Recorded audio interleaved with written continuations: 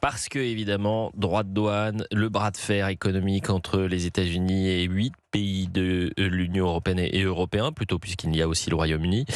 C'est au cœur de l'actualité, bien sûr, ce dimanche. Je précise et je rappelle que Donald Trump veut faire plier les Européens sur le Groenland. Il promet d'imposer des droits de douane de plus en plus élevés aux 8 pays européens qui s'opposent à son envie d'annexer le territoire donc arctique. Wilfried de Villers nous explique tout.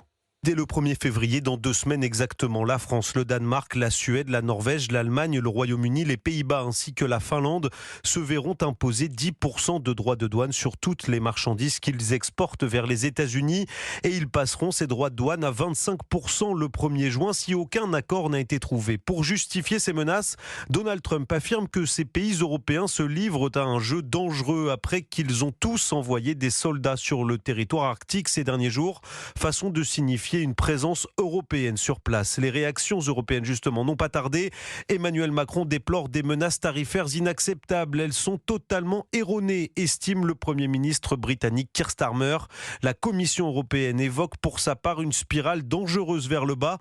Et au moment où Donald Trump annonçait ses nouveaux droits de douane, des milliers de personnes étaient rassemblées à Nuuk, capitale du Groenland, et à Copenhague, au Danemark, pour dénoncer les ambitions territoriales américaines. Et l'ancien ministre de l'Europe et du commerce extérieur, Pierre Lellouche, a donné son avis et apporté son regard sur cette crise qui couve.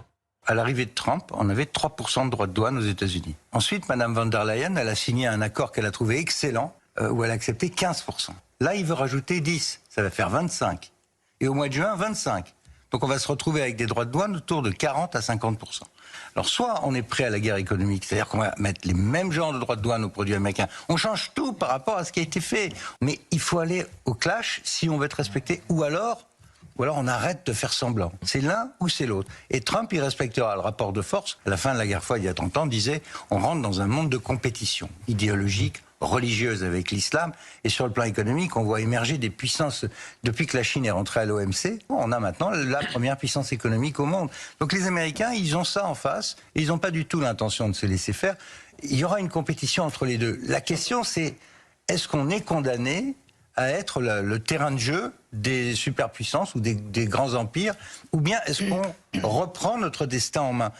Marc Toiti, je me tourne vers vous, cher Marc. Bonjour, ravi de vous retrouver sur Europe 1. Moi aussi, avec plaisir. Bonne année. Bonne année, tout à fait. On ne s'est pas vu depuis oui. Une année qui va être compliquée quand elle commence de façon difficile. Elle commence sur des chapeaux pour la de roue. France et Alors, le monde, va-t-on dire. L'économiste que vous êtes, comment il décode ce qui est en train de se passer ? Qui a le plus à perdre dans cette affaire ? Clairement, c'est nous. C'est-à-dire, c'est l'Europe. C'est-à-dire que nous avons encore des excédents commerciaux vis-à-vis des États-Unis. Donc, évidemment, quand on monte les droits de douane, on va avoir plus de mal à exporter. Et d'ailleurs, c'est assez fou parce qu'on n'en parle pas trop, mais ça marche, ces droits de douane. Quand on voit ce qui s'est passé en Chine, par exemple, les exportations chinoises vers les États-Unis ont baissé de 30%.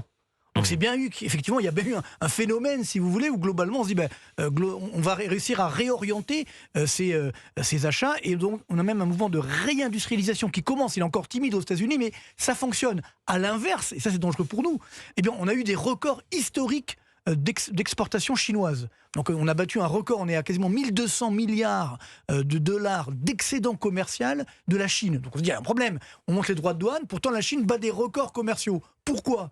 Parce que pendant que les exportations chinoises vers les États-Unis baissent de 30%, elles augmentent de 15% vers l'Europe. C'est que comme nous, évidemment... C'est l'effet de balancier.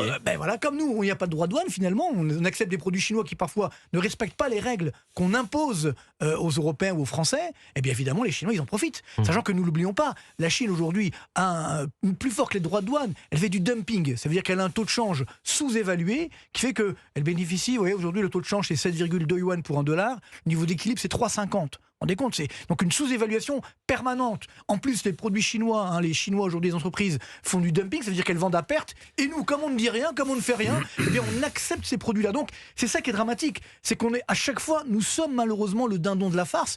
Et ce qui fait encore plus peur, c'est qu'on n'a pas les moyens de rétorquer parce qu'on a été trop loin, justement, dans cette désindustrialisation. On n'a pas non plus de ressources vraiment énergétiques. Heureusement qu'on a gardé le nucléaire encore en France. Tout ça pour dire que, malheureusement, nous avons beaucoup à perdre. Et c'est ça qui fait de la peine, c'est que on s'est laissé faire depuis des années et maintenant on se réveille. Voilà, on se dit tiens, il faut réindustrialiser. Oui, très bien, mais pour ça, quand on voit que le gouvernement français va encore augmenter les impôts sur les entreprises, c'est pas ça qui va changer la donne, qui va réindustrialiser le pays. Donc c'est ça qui est très dramatique. On a d'un côté effectivement, alors évidemment on peut être le mouvement de Trump fait un petit peu froid dans le dos, mais c'est vrai qu'il y a d'un côté le pragmatisme, je dirais on mène les mesures qu'on avait annoncées, et puis chez nous c'est le dogmatisme. Voilà, on est dans le multiverse ou dans le métaverse, si vous voulez, on est dans un autre monde. On dit non mais on va quand même augmenter les impôts, tout va bien se passer. Ce n'est pas sérieux. On est dans un film, c'est les lunettes d'Emmanuel Macron, les lunettes de Top Gun, et finalement on n'est pas capable de mener cette guerre économique.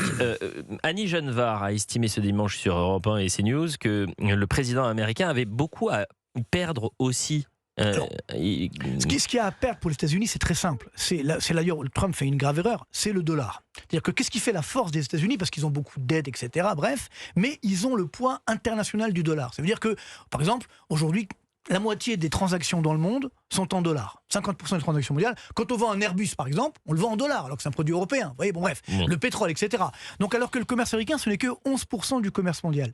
Ce qui veut dire que les 2/3 du commerce en dollars ne sont pas américains. Donc, tant que les Américains ont ça, ils sont protégés d'un point de vue économique. Le jour où, effectivement, ils n'ont plus ça, c'est-à-dire qu'il y a un concurrent en dollars et que le dollar n'inspire plus confiance, alors là, les Américains ont un vrai risque. Et c'est ce qui est en train de se produire aujourd'hui. Quand Trump dit « je veux que le dollar baisse », etc., ça ne rassure pas. Donc ça, c'est dangereux. La chance pour les Américains, c'est qu'il faut un remplaçant en dollars. Qui peut être le remplaçant? Ça ne sera pas l'euro, malheureusement, parce qu'évidemment, on l'a complètement galvaudé. Ça sera le yuan. Sauf que les Chinois ne sont pas prêts, parce que pour concurrencer le dollar, il faut une devise forte. Et si vous avez un yuan, le devise chinoise, trop fort, à ce moment-là, ça casse l'activité chinoise. Donc, c'est la chance des États-Unis, mais eux aussi, évidemment, ont à perdre à moyen terme. Et je veux qu'on reste aussi sur le rapport de force entre les États-Unis et les pays européens. Je rappelle que suite à l'exercice au Groenland, Donald Trump a donc annoncé imposer des droits de douane de 10% au 1er février et 25% au 1er juin pour les pays suivants, la France, le Danemark, la Norvège, la Suède, l'Allemagne, le Royaume-Uni, le Pays-Bas et la Finlande. Et quand ils ont lancé cette opération au Groenland, Éric Revel, pardonnez-moi, tout le monde s'est posé la question, tout ça pourquoi? Qu'est-ce que vous allez faire avec 15 soldats français envoyés au Groenland, un néerlandais, 2 norvégiens, 13 allemands et 30 danois. Grossièrement, je disais, ça ressemble plus à une blague belge qu'à une opération militaire de surveillance ou de reconnaissance au Groenland. Conséquence de cette opération-là, vous avez aujourd'hui une guerre économique qui est en train d'être menée entre les États-Unis et l'Europe. Est-ce que le jeu en valait la chandelle? Écoutez, on pouvait ricaner, on pouvait se dire très peu de soldats pour défendre le Groenland, mais en réalité, ça a fonctionné, puisque Trump a pris très au sérieux le fait que quelques soldats européens soient au Groenland. Parce que n'oubliez pas que derrière, c'est l'OTAN qui est en cause.